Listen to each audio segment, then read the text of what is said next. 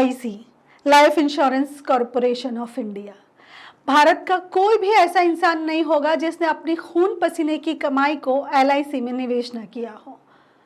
साधारण व्यक्ति ये चाहता है कि उसका जो पैसा है, उसकी जो जमा पूंजी है, उसको उस वक्त काम आए जब वो रिटायर हो जाए, या फिर उस वक्त काम आए जब उसको सही में वाकई में उस पैसों की ज़रूरत हो। इसीलिए हर एक साधारण व्यक्ति अपनी खून पसीने की कमाई से थोड़ा थोड़ा जोड़कर LIC में निवेश करता है, ताकि बुढ़ापे का सहारा बने, ताकि बच्चों की शादी पे काम आए, ताकि बच्चों की पढ़ाई पे काम आए। कहीं ना कहीं ये LIC का पैसा उसको काम आएगा, ऐसा वो साधारण व्यक्ति सोचता है। लेकिन पिछले कुछ दिनों में क्या हो रहा है, LIC ने 33,000 करोड़ रुपए अदानी के बिजनेस पे इन्वेस्ट किए हैं। 5,000 करोड़ के बॉन्ड अदानी की कंपनी में LIC के द्वारा निवेश किए गए हैं। 5,000 करोड़ के बॉन्ड खरीदे गए हैं और LIC में से ये इन्वेस्टमेंट अदानी की कंपनी में हुआ है। और उसी के बाद से पूरे भारत भर में ये चर्चाएं चल रही है कि अब गरीब का पैसा सेफ है कि नहीं है। आज से कुछ महीनों पहले अदानी पे अमेरिका ने भ्रष्टाचार के आरोप लगाए थे। उस आरोप के बाद अदानी को विश्व में से कहीं से भी, यानी कि विदेशी निवेशकार हो या विदेशी बैंक हो, कहीं से भी पैसा या लोन आना बंद हो गया था। और इसके बाद अदानी की हालत खस्ता हो चुकी थी। फिर क्या, फिर दोस्त अगर दोस्त के काम ना आए तो कैसे चलेगा। फिर आए मोदी जी। मोदी और अदानी दोनों मिलके बनते हैं मोदानी। ये मोदानी दोनों मिलकर के अब हमारे देश को दीमक की तरह खा रहे हैं। सूत्रों के अनुसार SBI और LIC दोनों ने निवेश किया है अदानी की कंपनी में, और ये कंपनी में जो इन्वेस्ट किया गया है वो प्रेशर बना के किया गया है। प्रेशर आया है हमारे राजगुरुओं और हमारे राजनेताओं की तरफ से और हमारे प्रधानमंत्री जी की तरफ से। गरीबों का पैसा जो है LIC में जाता है और LIC इसी तरीके से जो है वो निवेश कर रहा है बड़ी बड़ी कंपनियों में। ऐसा बार बार लगातार समाचारों में आता रहता है। पर इस बार बात है 33,000 करोड़ रुपए की। इससे पहले भी 21,500 करोड़ रुपए LIC अदानी की कंपनी में डाल चुका है और उसके बाद वहां बहुत बड़ा घाटा और नुकसान भी झेल चुका है। लेकिन उसके बाद भी अदानी जी की कंपनी में मोदी जी के कहने अनुसार, यानी कि ये मोदानी की जो गैंग है उनके कहने के अनुसार LIC ने और SBI ने ये इन्वेस्टमेंट किया है। इसी के साथ आगे बढ़ते हैं। मई 2024 में वॉशिंगटन पोस्ट ने ये सारा रिपोर्ट और सारा ब्यौरा बाहर दिया था और सारा कच्चा चिट्ठा अदानी का लोगों के सामने रख दिया था। उसी के बाद से अदानी के भ्रष्टाचारों का काला चिट्ठा भारत भर में चल रहा था।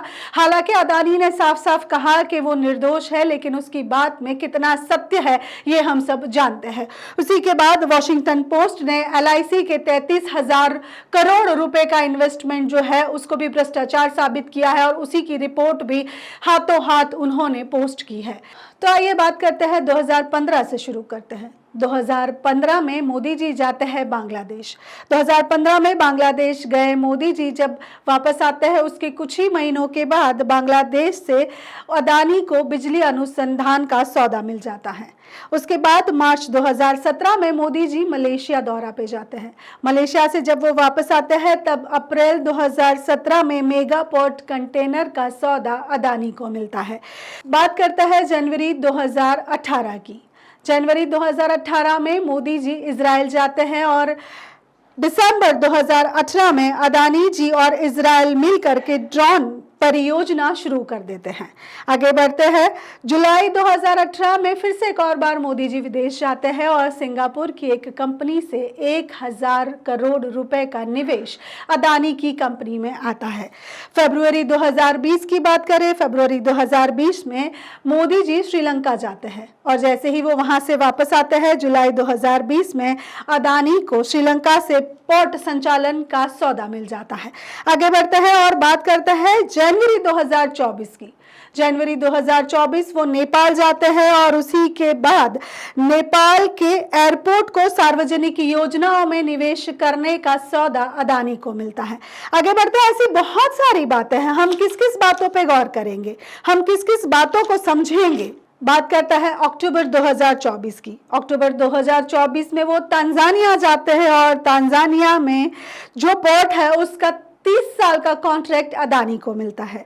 और ऐसे ही 2024 में वो वियतनाम भी गए थे और वियतनाम के साथ एयरपोर्ट इन्वेस्टमेंट की बातें जग जाहिर है।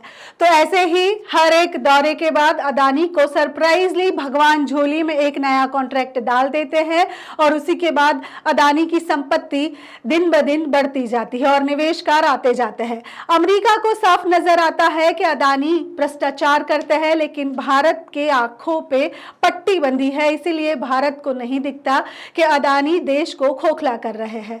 जमीन 1 रुपए में मिल रही है अदानी जी को और यहाँ पे फार्मर्स जो है वो खून के आंसू रो रहे हैं। अदानी के लिए एक नया पोर्ट बनाया जा रहा है और यहाँ पे लोगों के घर के ऊपर बुलडोजर चलवाए जा रहे हैं। क्या क्या बात करें हम, भारत में जो चल रहा है, यहाँ पे मोदानी का दोस्ताना जो चल रहा है उसमें गरीब इंसान किस तरह से पीस रहा है वो हर कोई जान रहा है। पर शायद इस देश में सच बोलने वाले को जेल हो जाती है और ज़्यादा सच बोलने वाले को शायद मौत नसीब आती है। ऐसे बहुत सारे किस्से हैं, न बोलते हुए भी बहुत कुछ बोल जाते हैं। लेकिन अब LIC में जिन लोगों ने निवेश किया है उनका खून के आंसू रोने का समय शायद आ चुका है, ऐसा लोग बोल रहे हैं। आपको क्या लगता है? इन्वेस्टमेंट 33,000 करोड़ रुपए का है और वो सारा पैसा भारत की जनता का है।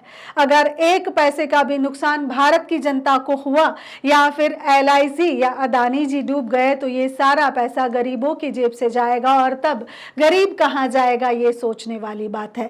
देखा आपने आम इंसान के खून पसीने की कमाई को किस तरीके से बड़ी बड़ी कंपनियों में इन्वेस्ट किया जा रहा है और जब यही साधारण इंसान अपने खून पसीने की कमाई को मांगेगा तब ये कंपनी डूब जाएगी और अपने आप को नादार जाहिर कर देगी। यानी कि अदानी बर्बाद तो LIC बर्बाद और LIC बर्बाद तो साधारण इंसान बर्बाद।